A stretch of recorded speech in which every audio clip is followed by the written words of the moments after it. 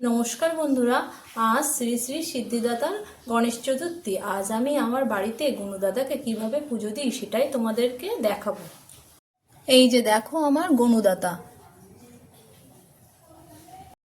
আমি আমার গণুদাদার জন্য যে পূজার সামগ্রীগুলো গুছিয়ে নিয়েছি সেটাই তোমরা দেখো।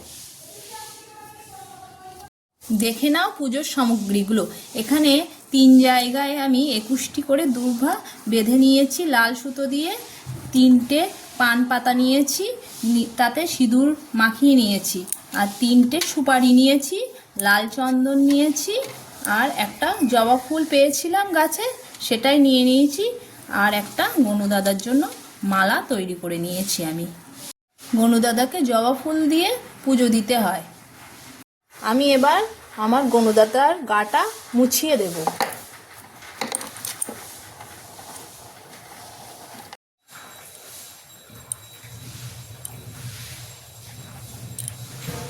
লাল চন্দনটা পরিয়ে দেওয়ার পর আমি দুব্ব আর জবা ফুল গণুদাদার মাথায় দিয়ে দিলাম।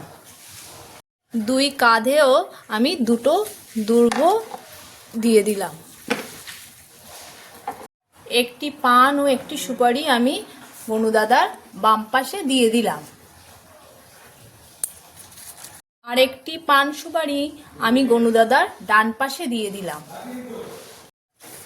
আর একটি পান ও সুপারি আমি গণুদাদার চরণে দিলাম। এবার আমি আমার গণুদাদাকে মালাটাও পরিয়ে দিলাম। কত সুন্দর লাগছে দেখো আমার গণুদাদাকে। আজ আমি আমার গণুদাদাকে লাড্ডু ও মোদক দিয়ে ভোগ নিবেদন করব। আমার গণুদাদা লাড্ডু ও মোদক খেতে খুব ভালোবাসে।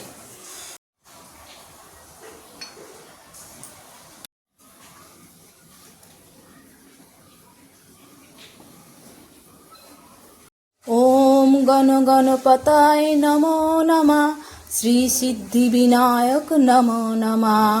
অষ্টবিনায়ক নমো নমঃ। গণপতি বাপ্পা মোরিয়া।